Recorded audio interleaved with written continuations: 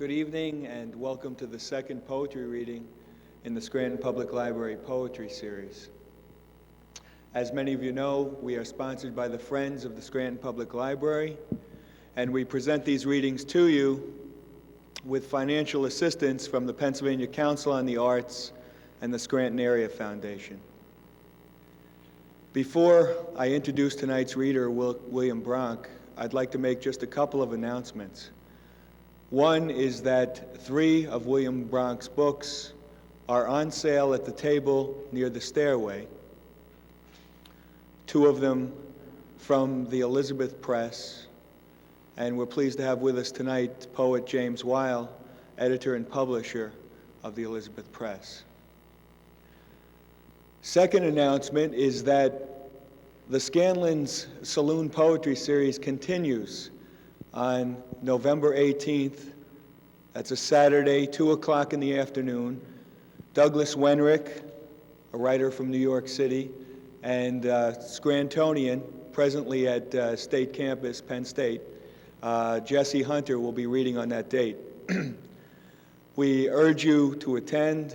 We feel that you'll find Scanlon's has an atmosphere that is conducive to it all. I also ask that you mark your calendars for December 7th. That's Thursday, December 7th, when the Scranton Public Library Poetry Series will present the 3rd reader in our series. That is June Jordan.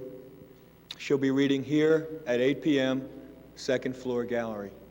So please mark that on your calendar.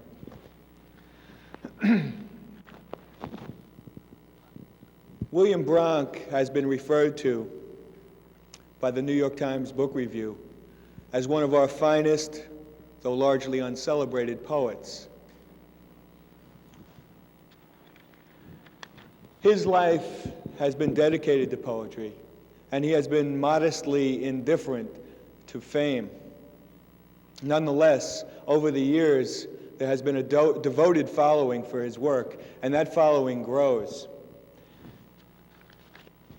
This is evidenced by an article which appeared recently in the Saturday Review. That's the July 8th issue of the Saturday Review. And this was an article dedicated entirely to William Bronk's work. To quote from that article, "William Bronk's poetry stands as an eloquent and often beautiful attack on all our assumptions, a provocation, a monument to the questioning mind." His poems are striking for their willingness to reduce our human condition to the bare facts and, I might say, factlessness, for their ability to leap beyond physicality, to leap beyond reason toward the complex of human emotion. Living in Hudson Falls, New York, his place of birth, he has worked most of his life in the coal and lumber business and has 10 books available from the Elizabeth Press. Titles such as Finding Losses, Silence and Metaphor, To Praise the Music, and Empty Hands, which is available at the table tonight. In 1964, New Directions and the San Francisco Review published The World, the Worldless.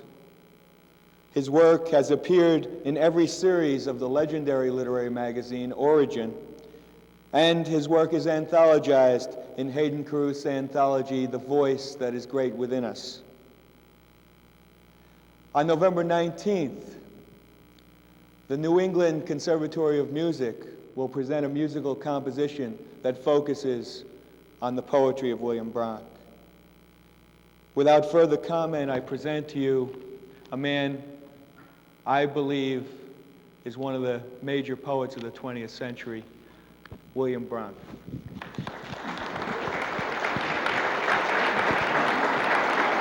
All I have to do is get this mic.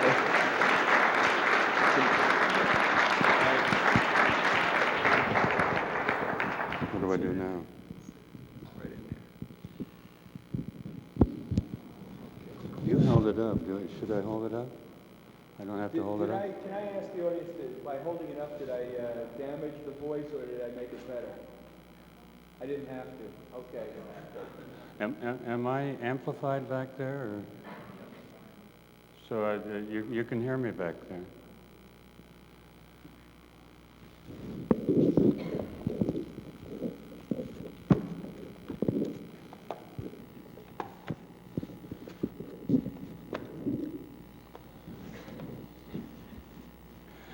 As Jerry told you, I spent a number of years in business, part of which was retailing of Pennsylvania anthracite.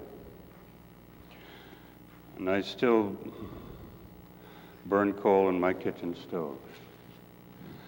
So I think maybe I should start, since I'm in Scranton, with a little mention of that. A poem called Leaving Us Out. The coal, for example, I put it on the fire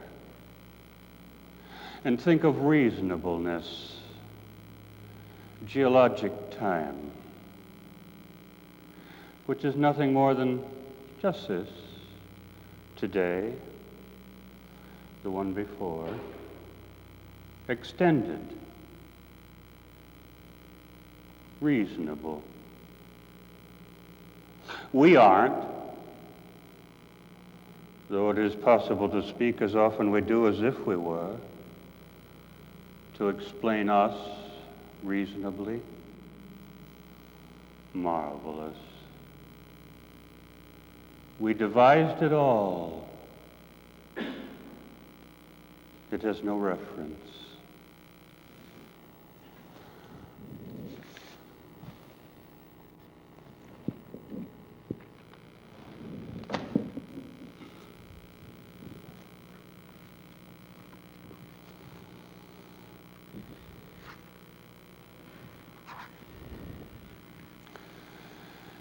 Here's a poem I'm going to read because it's seasonal. It's called The Mind's Landscape on an Early Winter Day. Seeds and survivals are scattered in all the flaws of this raw day. Even though these are perceived by being unperceived, until the mind tugs at the senses to remind them. The mind says, see. What the senses feel is the sharp, immediate air, and all this scene half emptied, opened out to admit the light, the thin, sharp light. What the senses feel is loss, and not less loss for being neither final nor complete. The senses and the mind agree. It seldom is. For loss is what we live with all the time. None knows this better than the mind should know, the mind that wanders and cannot tell its name,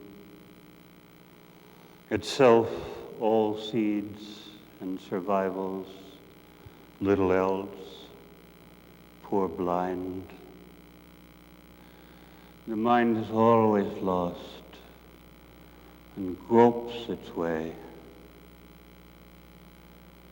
Lost even when the senses seize the world and feed, as though there never could be loss.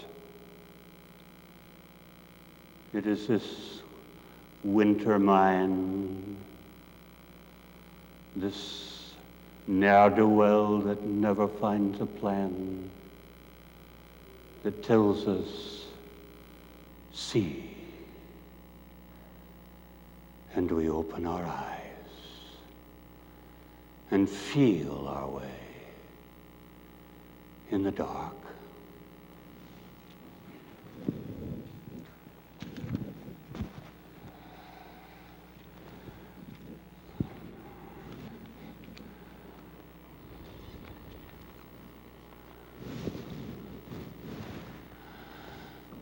That's a poem in a way about light. Here's another poem about light. It's called Not Noah.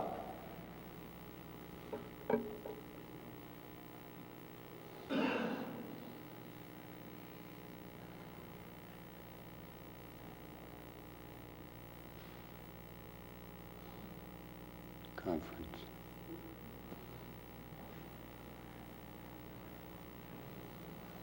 What am I doing wrong? Jim seems to think that maybe without the mic you projected and that the mic is still being used. Does he need the mic for... He's got to have the mic for the permanent record.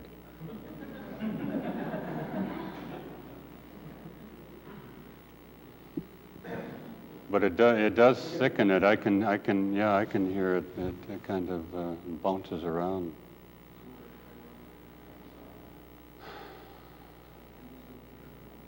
He's got it off, but we're going to still try. We can still pick up, so maybe we'll see how this goes. Yeah, can you pick up there without having it?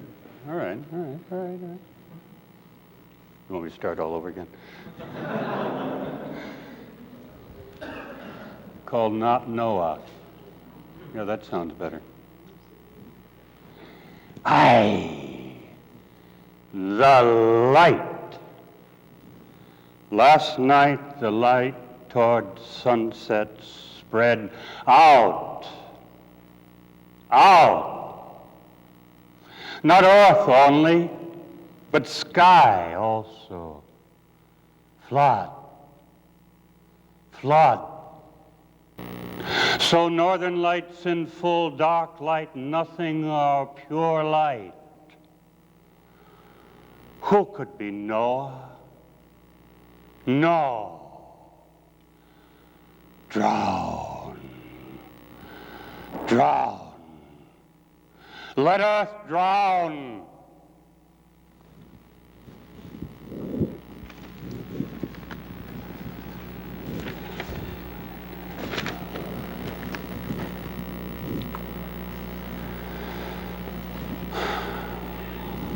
While we're in this collection, I'll read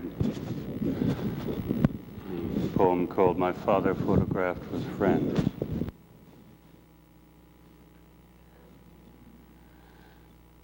This is my father, photographed with friends when he was young, unsettled on the steps of a wooden porch, and the one who lived there, elegant, beside him. They and the others, hopefully casual in the face of the deciding camera, the judgments of which are unfeeling but can be swayed. And I, as in some later picture of myself, look for a person identified beyond doubt, knowing that he is none of the ones that he is not, yet still unsure under the features composed and trusting who sits there. As if the decision were long and legal when handed down, hard to be read and truly rendered in such a case, and hard in the face to find our usual pitiful ends. God sweeten the bitter judgments of our lives. We wish so much.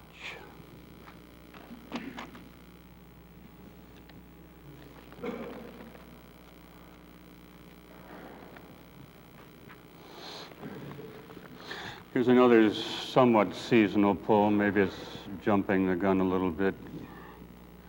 It's called Music That Sees Beyond the World. December's the little deaths of dark pool down. Intricate bare branches blot in the black. Warning, darkness approaching.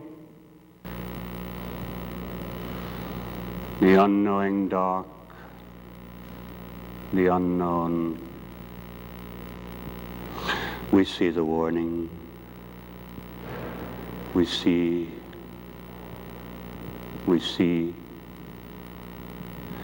In much that other months have seen, or more not seen, desired but never seen, could please us to let the lights be off. If darkness is coming, let the darkness be. We think of mirages, unreal images, of all the world's walls as looking glass, opaquely repeating our looking always, and the glass sun blinding our eyes. How can we see? What can we see? Blinded, how close we come inside the cage of light to that blind state which answers only darkness to the dark, dazzled, dizzied, not even deaths or deep disasters, not pleasures face to face have shape, seem real. They happen merely. They are there. And dark as an alternate seems good. And yet, not yet. Before the final night, to see again and more a shape outside of a world beyond our world, which holds our world as music, we know, has seen in certain lines that are and are again. There is that world.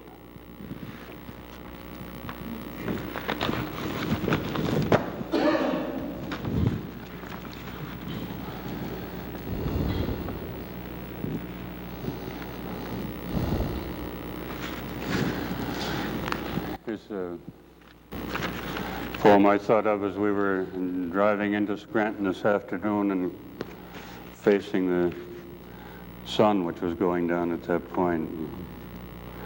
Well, that last poem also blinded by the light. It's called How We Differ from the Earth.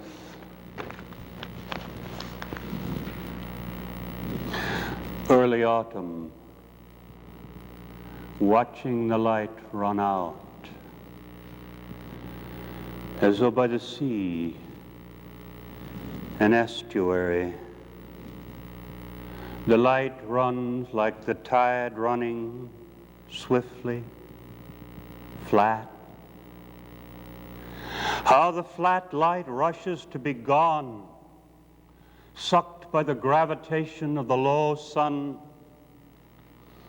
The wash of light coming and going. The year, the many seasons that return, travel in flat circles. There were long centuries before the earth was round. The earth flats are there still to be seen. As one sees still the weather, it is there and runs in flat circles, whereas we know. What have earth or the weather to do with us? Who, in a world of our own, despite them or even unaware, live for a time all bulks and prominences, wide and high.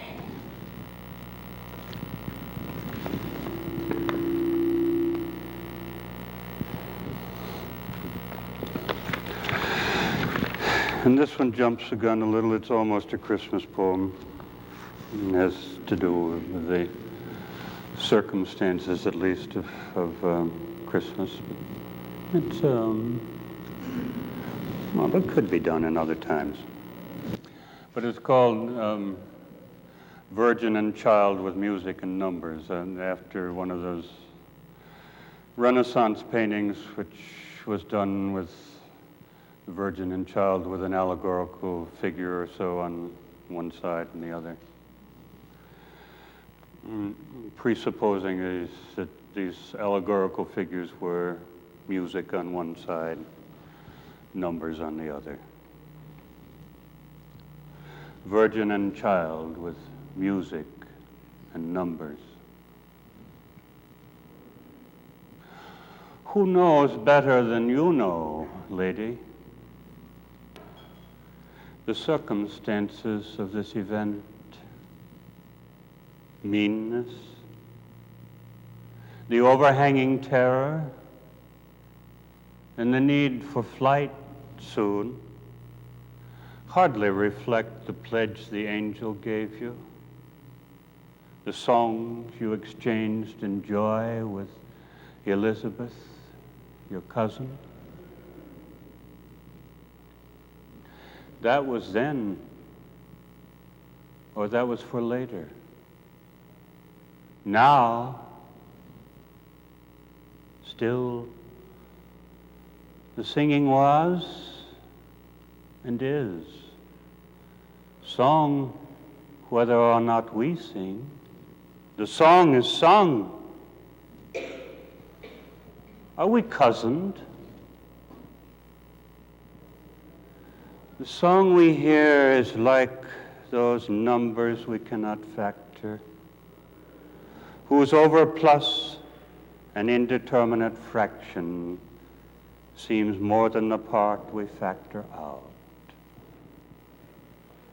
Lady, if our despair is to be unable to factor ourselves in song or factor the world there, what should our joy be other than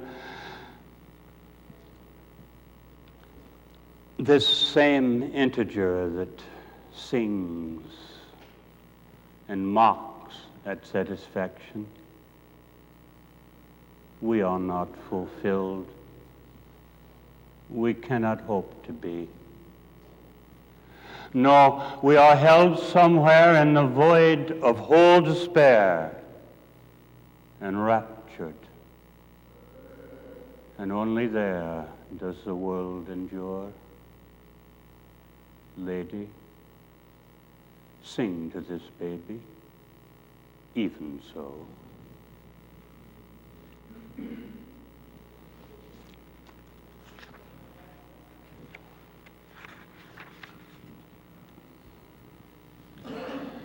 The outer becoming inner. Sometimes I could go in anywhere, not to see the stars, not to be as we are always, not only under them, but in them. The outer spaces push against us, all their vastnesses apart, they crowd us. They become our world. I could go hide like Adam in his garden. How would it matter? No. We are in the stars. Not for us ever any familiar and definite world.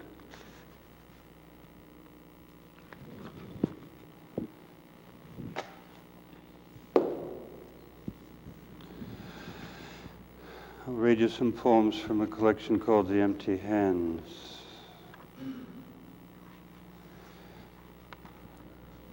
I might as well start with the one that the title comes from, a phrase in this poem. It's about A Greek statue of a young man. There may be some in this museum. Do they have any Greek collection here? Or is this a local museum, or what? Well, you probably all have seen them, those archaic Greek statues of a young man smiling. And kouros is a Greek term for young man. It's called the smile on the face of a kouros.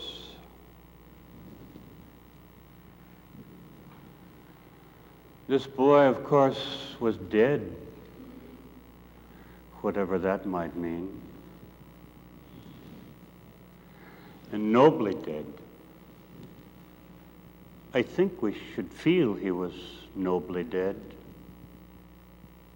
He fell in battle, perhaps, and this carved stone remembers him, not as he may have looked, but as if to define the naked virtue the stone describes as his.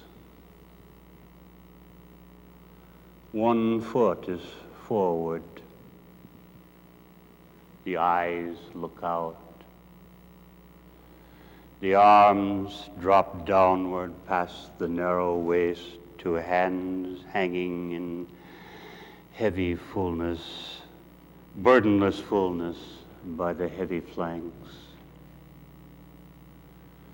The boy was dead, and the stone smiles in his death,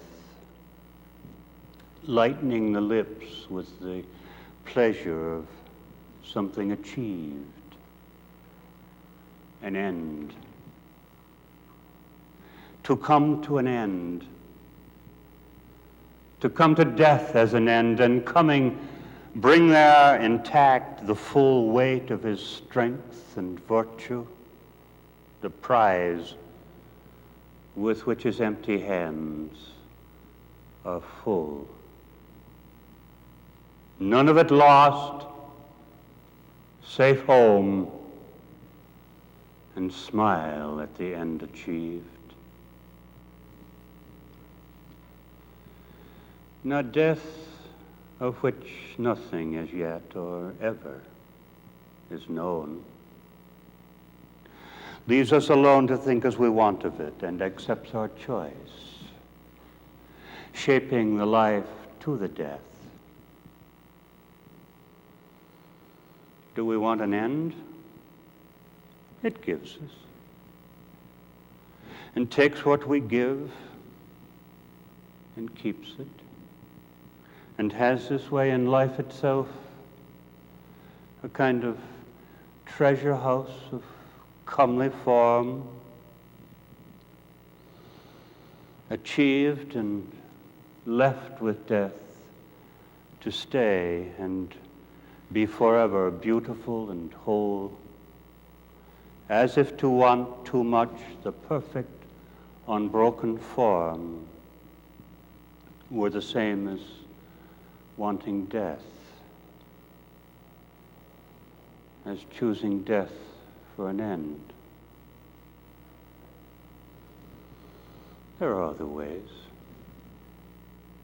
We know the way to make the other choice for death, unformed or broken, less than whole, puzzled. We live in a formless world, endless. We hope for no end. I tell you, death,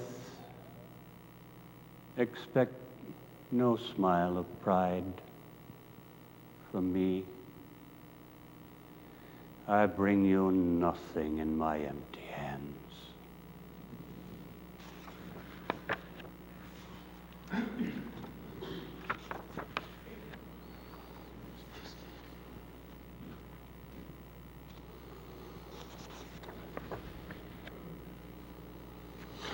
In contempt of worldliness. Granted, it may be true as is said. The world is as ourselves we make it, or granted, if you want, there's no place else for us. But even so, isn't it right we feel contempt for those too much at home here? How one comes to despise all worldliness. World, world. We cling like animal young to the flanks of the world to show our belonging. But to be at ease here in mastery were to make too light of the world, as if it were less than it is, the unmasterable. Strangely, the same thing makes too light of us, as though it mattered, the world, to us.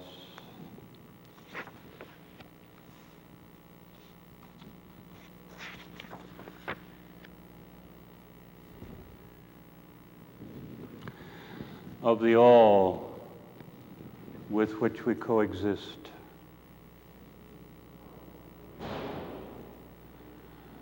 looking around me, I see as far to one sky as another, the limitations of the eye. We know the sky goes farther, yet instruments give us the same view and absolve the eye. If I am not central to the world, then it fails to make any difference whatever I feel. The universe is large. To be eccentric is to be nothing. It is not worth speaking of. If I am anything at all, I am the instrument of the world's passion, and not the doer or the done to. It is to feel. You also are such an instrument. You speak of justice and injustice, and well you might. You speak of grief, of ecstasy. This is a cruel world and a gay one. We are. Feel. There's nothing to do, to be done to.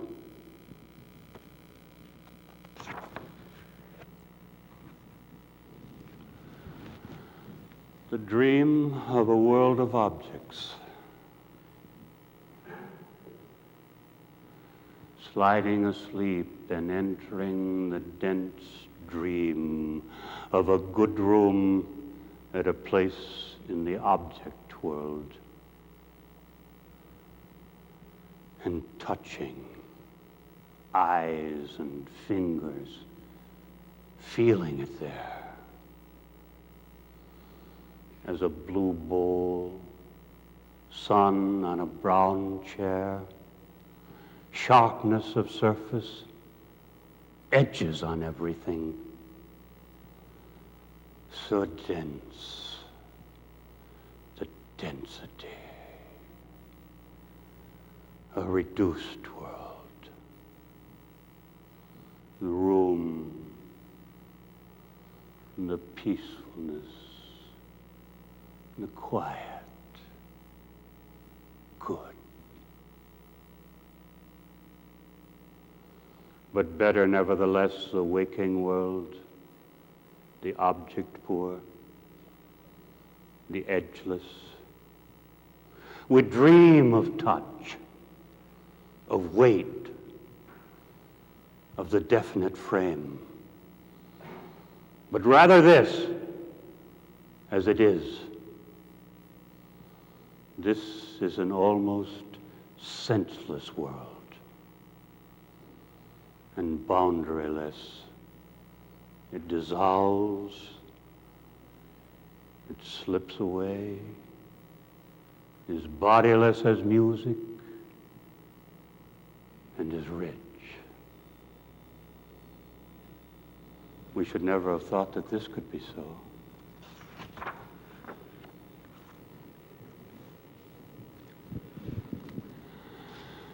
Colloquy on a bed. Listen. The celestial motions, though they make an order of sorts, and this is an order in part accessible to the mind, it is not to be thought that this is a rational order, not to our mind. How should the scale alone make any sense? There is evidence to be seen in addition to this that, like it or not, this place, this universe,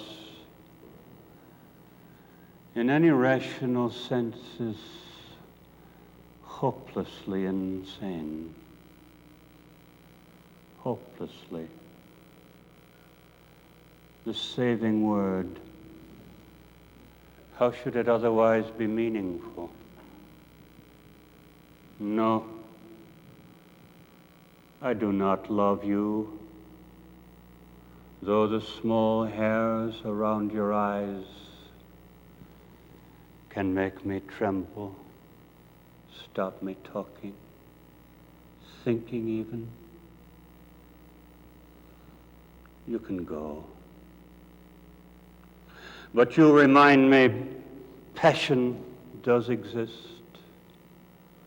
as hopeless and as meaningful as the universe is.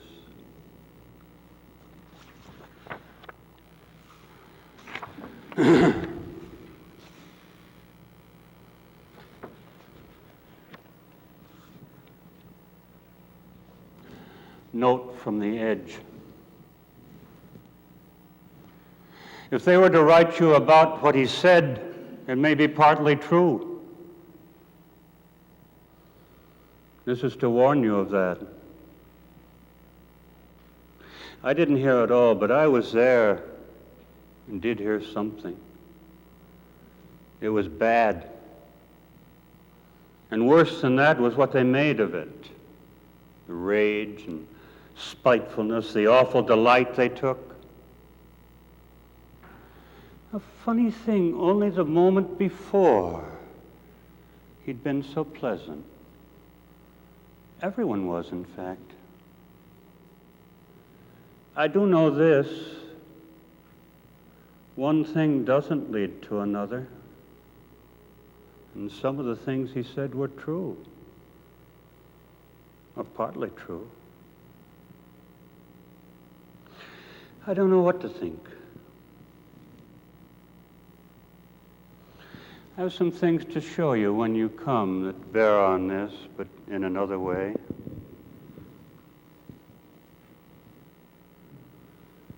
And the weather. It goes on and on. Do you think the rays of the sun are menacing? It seems that way. And I, for one, am scared.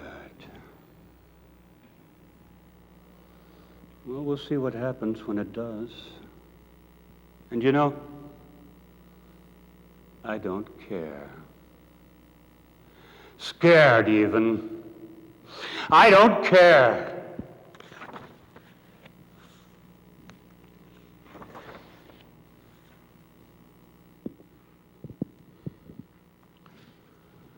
A fair face.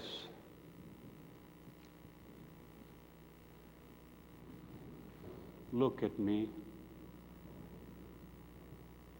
In so doing, the glass of you, edge on before, is turned to show as though behind the face a truth we believe but almost disbelieve,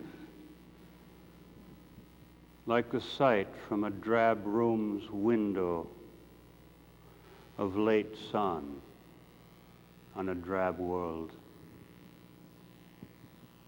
Strange. The elements that go to make a face could so arrange themselves to form this pure transparency. One thinks of an opposite phenomenon in the natural world, of how in an emptiness where there is nothing, or nothing anyway we see, a tiny thickening appears, a slight cloudiness, which then attracts other particles to itself or grows somehow to bulk and opacity, which is dear to us, or fearful, or sometimes both. But you are nothing, only as a glass, as air, an opening in, say, a woods, a thicket of trees, from out of which we peer at this fair landscape. There is light there from a warm sun, and distance has erased away irrelevance. All is composed, serene, and we desire this. Look at me. Oh, look at me. At me. Is that it? Okay, we'll break now.